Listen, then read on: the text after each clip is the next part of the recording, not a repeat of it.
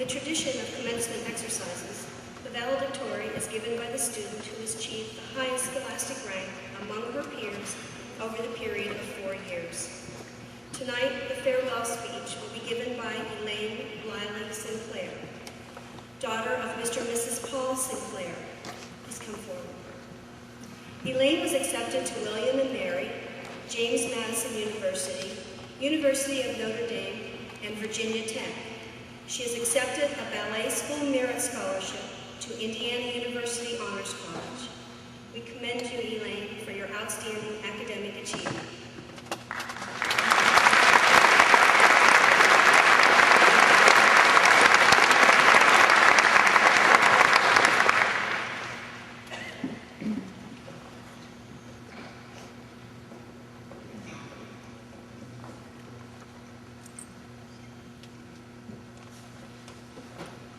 Good evening, family, friends, and faculty, and welcome again to the graduation of the class of 2004.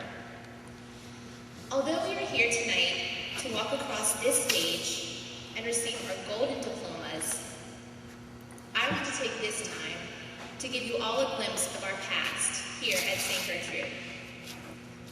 Now, imagine this. The gas in the car is low, the music is blasting, and you're savoring that last bit of coffee as you drive cautiously down Stewart Avenue, Hanover Avenue, or even as far as Patterson Avenue, desperately searching for a parking space. You run towards school, dodging glances from morning joggers as your 60-ton book bag warns nearby pedestrians that this determined Gertie will make the 7:55 bell. You dash through the doors, throw your lunch in your locker, and swim through the halls with a sea of Gerties, though not identical, surprisingly similar in their attire. Then finally, and with a sigh of relief, you are welcomed into your first mod class by the bright faces of your classmates and teacher, who always takes time out of her or his paper grading to give a generous hello. As you wait for the usual morning announcements, always consisting of prayer, birthdays, and that unending list of names called to the office, you hear the unforgettable laughs of Mrs. Marr from the art room, and the jingling of bracelets from a certain senior English teacher busily running through the halls. This is our typical morning as the class of Silver and Light Blue, one that has remained virtually unchanged since August of 2000. The beginning of freshman year. Of course, it took time to experience the stress of parking and to recognize that teacher running through the halls. But the morning welcome by fellow classmates and daily announcements alike has been the same since day one of freshman year, the day when the SGHS morning became a daily ritual. But the morning of April 1st, 2004 was different for me. Like a cruel April Fool's joke. On the morning of April 1st, as I trucked on into school through the cold and rainy weather, my class was already 2 hours closer to the Big Apple, New York City. Because of previous commitments, I was unable to go with my class on this annual senior class trip, the trip we had waited 4 years for and had saved all of our class funds for. So instead, I had to come into school for 2 of the longest school days of my life. But it wasn't the fact that I had to get up and go to school, or that my school day was pretty much a 5-hour study hall with a 45-minute lunch break. It was the absence of my classmates that hurt me the most. I always thought that I would be ready to move on, and I never thought that saying goodbye would be tear-jerking. But that morning made me realize that leaving my school and my friends is going to be so hard. Every morning, even though most of my class knows that I run in just as the bell rings, I can still always count on my friends to be in our senior hall.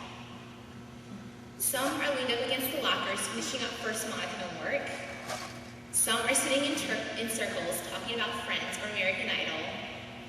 Some are sitting with other friends on the front hall bench or the front steps outside, while still a handful run in with me at the last minute.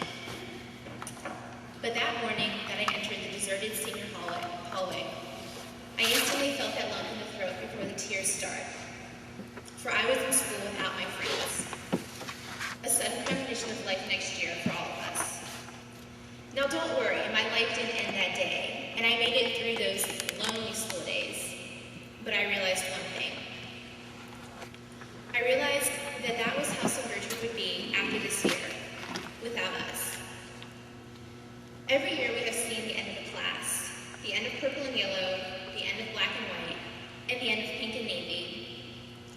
But then you think about the end of silver and light blue, and although we are more than ready to leave, we cannot escape that there is still a tiny part of us that wants to stay.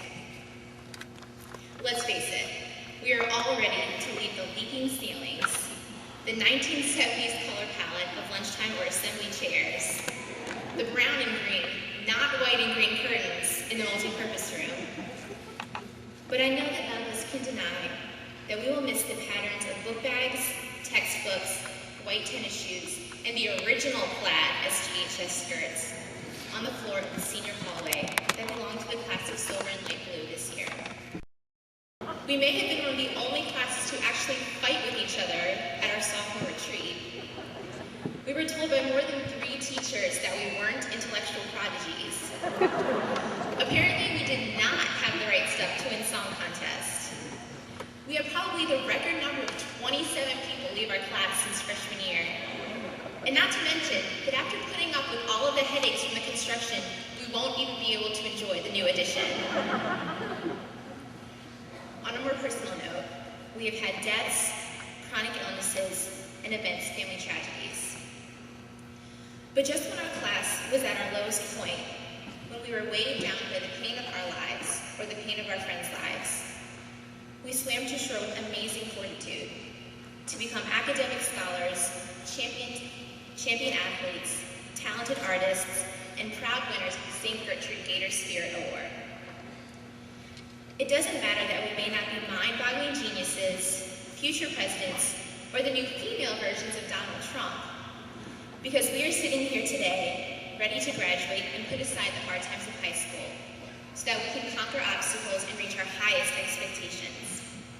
We are singers, musicians, dancers, artists, nurses, doctors, scientists, designers, athletes, journalists, writers, digital art wizards, horseback riders, and businesswomen. I can guarantee that in 4 amazingly short years of college, we will be back in these rather fashionable caps and gowns, reminiscing, as we are now, about our lives in college. When we didn't search the globe for a parking space, when we didn't hear those laughs from the art room with silver bracelets from miles away, and when we didn't enter into a room full of silver and light blue gators. But we will still smile with dignity because we will have made it through.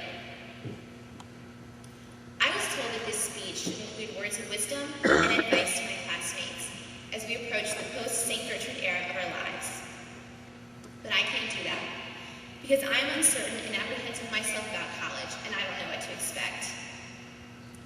However, I know that our web of support, not only from each other, but from our teachers and our parents, has prepared us well to face the future. To our teachers, thank you for being such amazing educators and for teaching us how to face the world with a smile when life gets rough. For this, we are forever grateful. To our parents, words can never express how much your support means to us, and always remember that although we may be leaving next year, we will never forget where our real home is. And finally, to my classmates, we are no longer the nice and cute class of silver and light blue, for we are the confident and resilient graduates of 2004, and that is all we need for a successful future. So my biggest congratulations to all my classmates. I thank you for all the memories. I love you guys, and I will miss you more than you'll ever know.